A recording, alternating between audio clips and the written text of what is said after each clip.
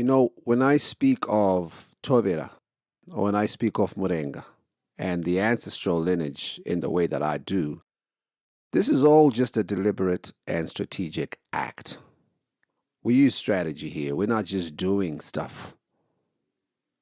So when I speak of Tovera, Murenga, or I speak of Nehanda and all these historical figures, I speak of them in admiration because I know that culturally and historically, these are the archetypes that the people I'm speaking to were given.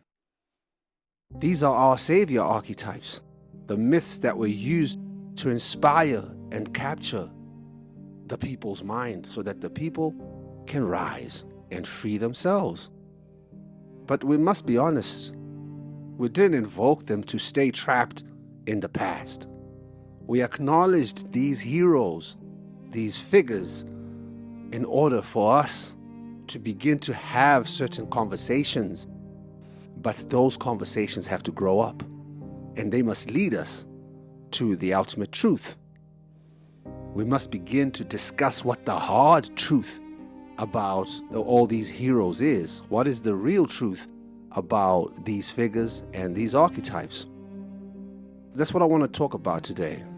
I want you to come into this confrontation of this truth about these ancestral figures with me. I want you to understand that these savior archetypes are ultimately psychological and spiritual crutches. That is all they are. That is all they have ever been. This is the truth. They are mental crutches because for generations of people have used these stories and these myths to attribute their own innate courage, their own power, their own spiritual power, and their own strength to someone else. They don't want to face themselves. They prefer to look at a hero in antiquity so that they don't have to look at the coward in the mirror.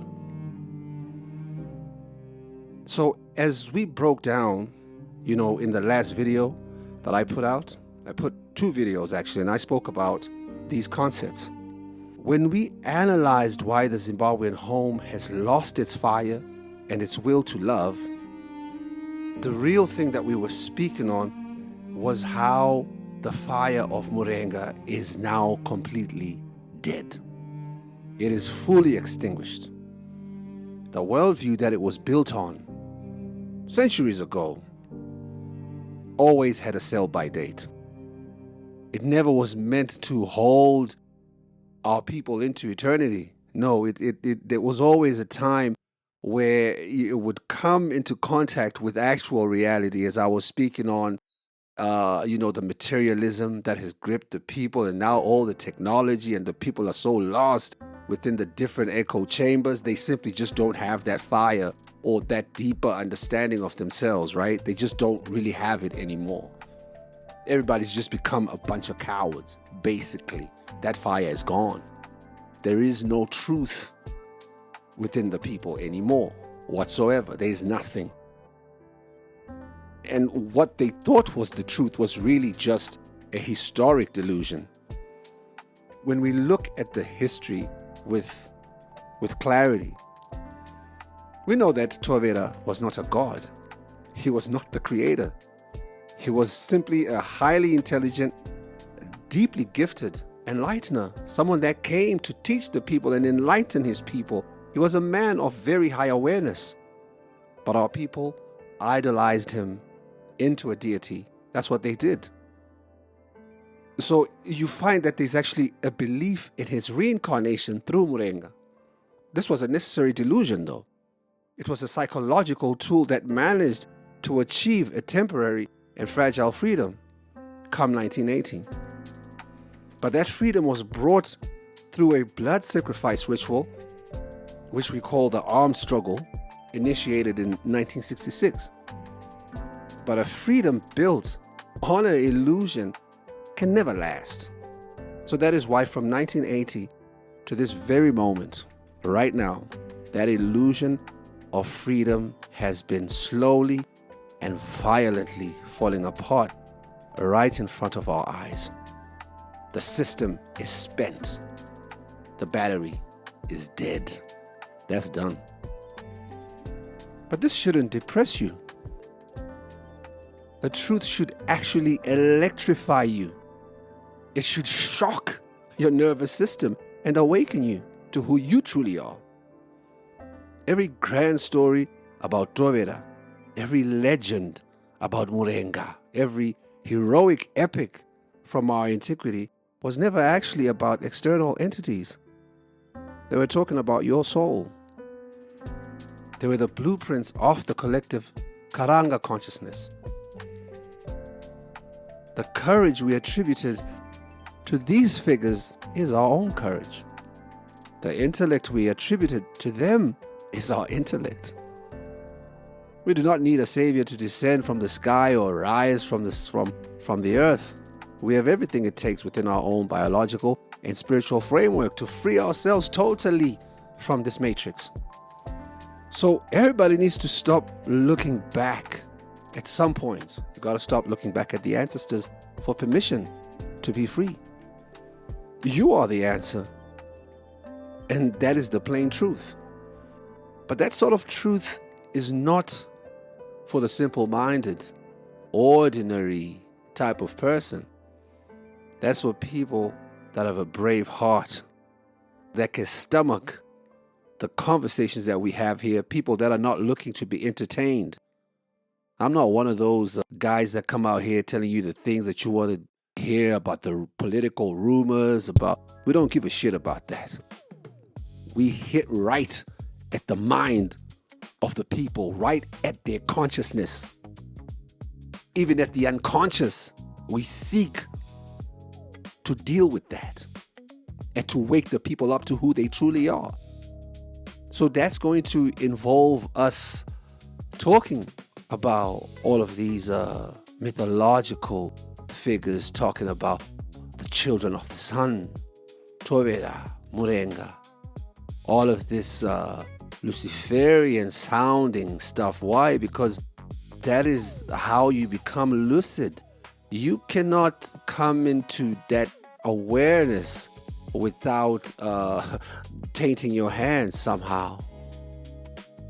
Because all of us have tainted hands to some degree. And this is why we seek to be purified. You have to now come to the realization that this is a spiritual war and all that power is within yourself. You are awakened now. You are lucid now. And this is why it's always a lot better for our people to awaken through the word of our Messiah as spoken of within the biblical texts. Those are clean ways of awakening.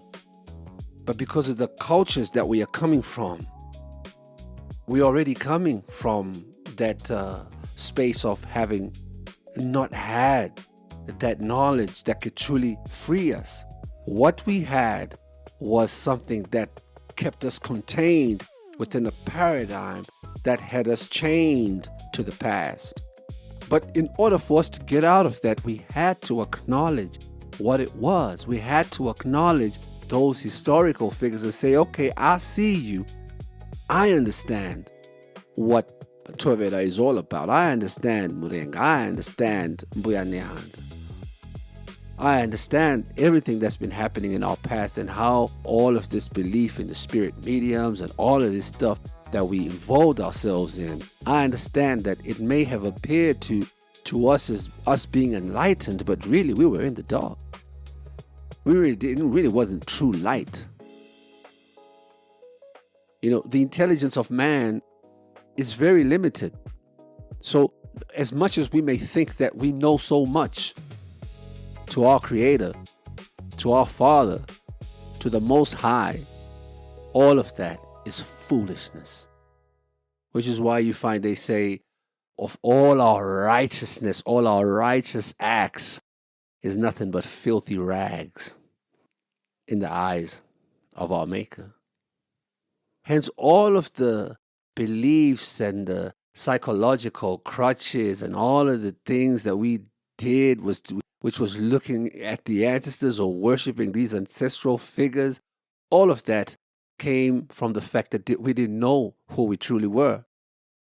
Inwardly, like who we are, our soul as a people. We didn't understand the power of that. So we had to attribute it to someone else. And I'm saying that time is done now. Those beliefs are crumbling. They have shown that they cannot stand in the era that we're in. We're dealing with Babylon. You always hear the Rastaman say, Babylon must fall. That's for sure. Babylon must fall. But if our own minds are still chained within that Babylonian system and the way that we cling to these ancient spiritual systems, then we still are chained within Babylon. But the way out of Babylon is realizing that we are actually the truth. We are the power. We have the power within our souls, our power. We have power. It's only when we try to be somebody else that we lose all our power. So we have to quit trying to be our ancestors. They lived in their own time. They had their own challenges. We are not them. They are not us. And as much as people can talk about, oh, well, they are somewhere within our cellular memory and all of that. Yeah, whatever. But in the time that we're in right now, be electrified by the truth, by this awakening. Be amongst the few who are strong enough to move past the delusion that our ancestors were never able to see past. They never had the opportunity to see past that. But we do right now in this moment. And we are set apart. And this is why we are even having this conversation, or even it's why you're even hearing this conversation or seeing this video. You are amongst those who will break out and who must break out. You are the future. You are among the future.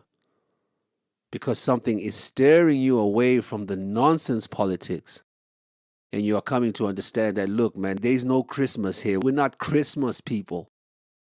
We're not waiting for gifts and cars for Christmas. Like a lot of our influencers now, they just talk so that they get a car. A big ass car and hundreds of thousands of dollars. This is what moves them to speak. But we are moved from within. We're a different animal. A whole different animal altogether. We move on a different time. Understand that. The reason that you're hearing this is because you are tired of that garbage. You've realized it's not Christmas around here. We're not waiting for no cars. We're not waiting for none of that. We're just here for the truth. And we're here to move in truth.